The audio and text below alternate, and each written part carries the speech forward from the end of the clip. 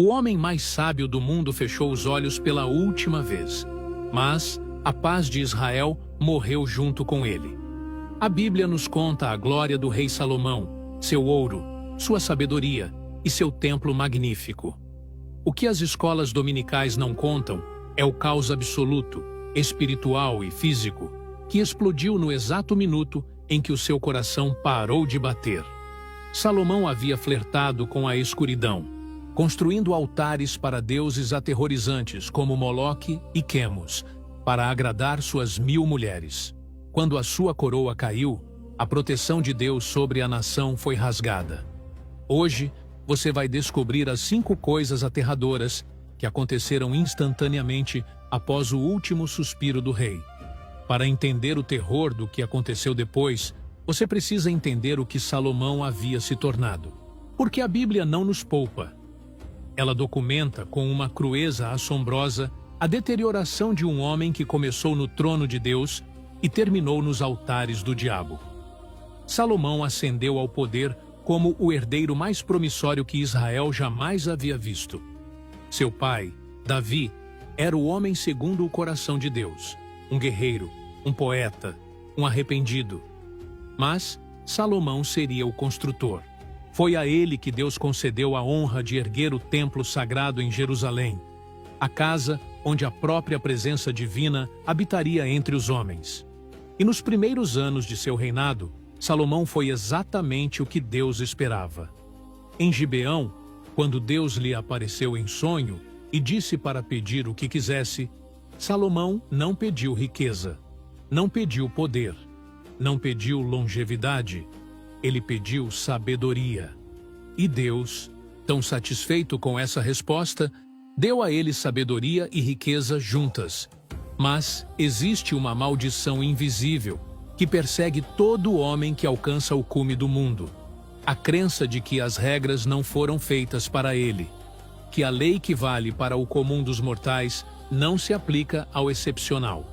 Salomão, cercado por ouro, por palácios e por um poder absoluto que poucos seres humanos na história conheceram, começou a acreditar exatamente nisso. A Torá havia ordenado que os reis de Israel não multiplicassem cavalos, não acumulassem prata e ouro em excesso, e, acima de tudo, não tomassem muitas mulheres, para que o seu coração não se desviasse. Salomão violou os 3 mandamentos. Ele acumulou cavalos aos milhares, trazidos do Egito.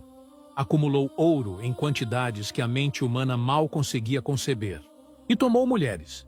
Não 10, não 50, não 100.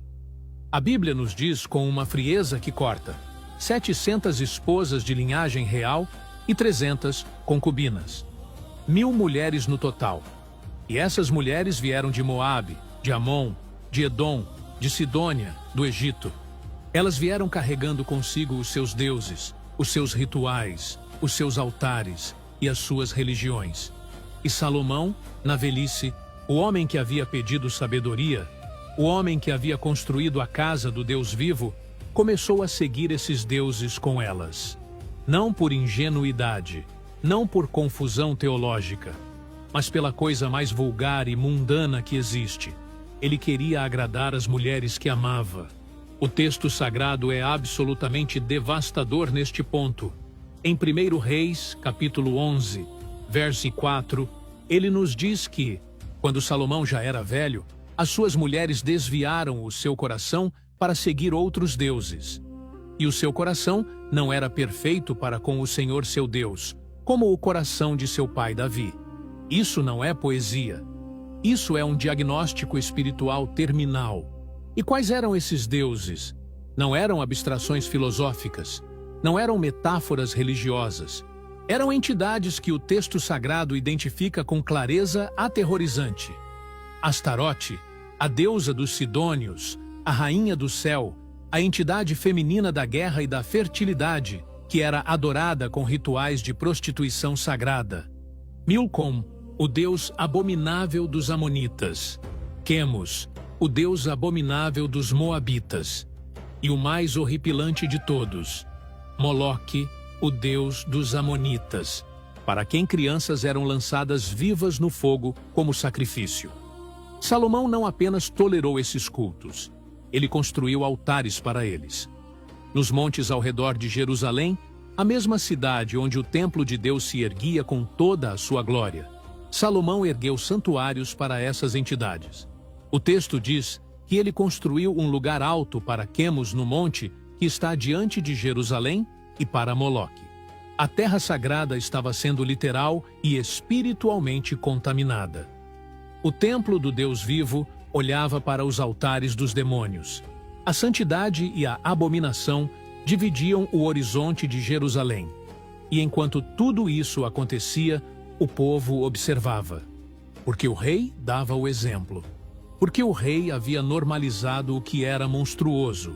Porque se o homem mais sábio da terra achava aceitável, quem era o povo comum para questionar? Salomão viveu os últimos anos de seu reinado nessa contradição monstruosa. O construtor do templo de Deus e o patrocinador dos altares dos demônios. O homem que havia ouvido a voz divina em sonho, que havia escrito Provérbios, Eclesiastes e o Cântico dos Cânticos, que havia atraído a rainha de Sabá com sua sabedoria.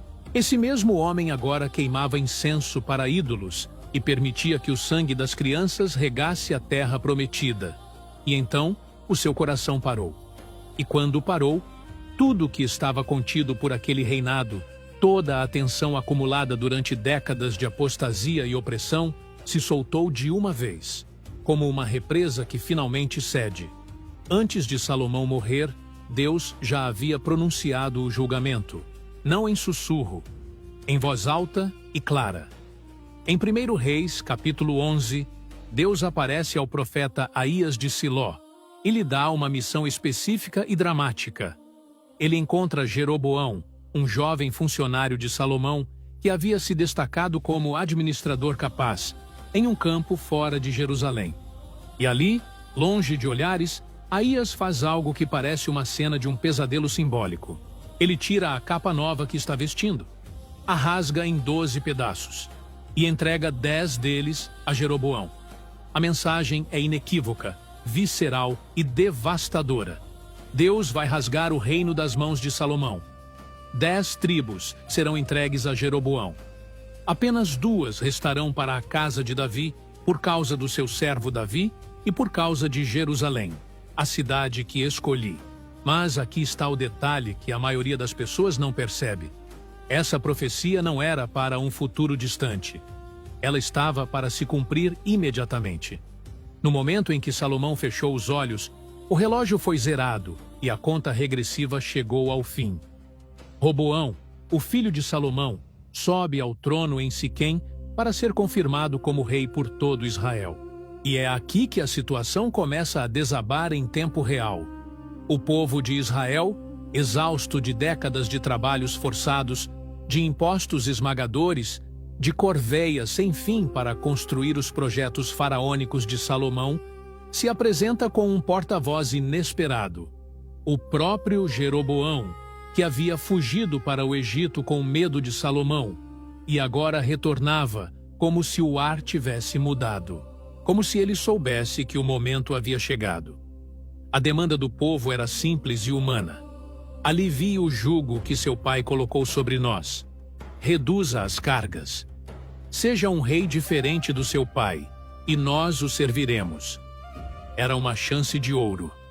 Uma oportunidade de consertar o que estava quebrado com um simples gesto de misericórdia política.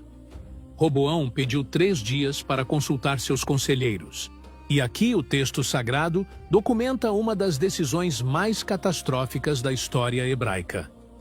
Os anciãos, os homens experientes que haviam servido seu pai, lhe disseram para ser gentil, para responder com misericórdia, para baixar as cargas.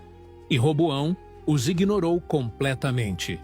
Em vez disso, consultou os jovens com quem havia crescido, os filhos da elite, os que nunca haviam suado uma gota sequer construindo os palácios de seu pai. E eles lhe disseram o que ele queria ouvir. Demonstre poder. Mostre quem manda. Meu mínimo dedo é mais grosso que a cintura do meu pai. Meu pai os castigou com açoites, mas eu os castigarei com escorpiões. No terceiro dia, Roboão pronunciou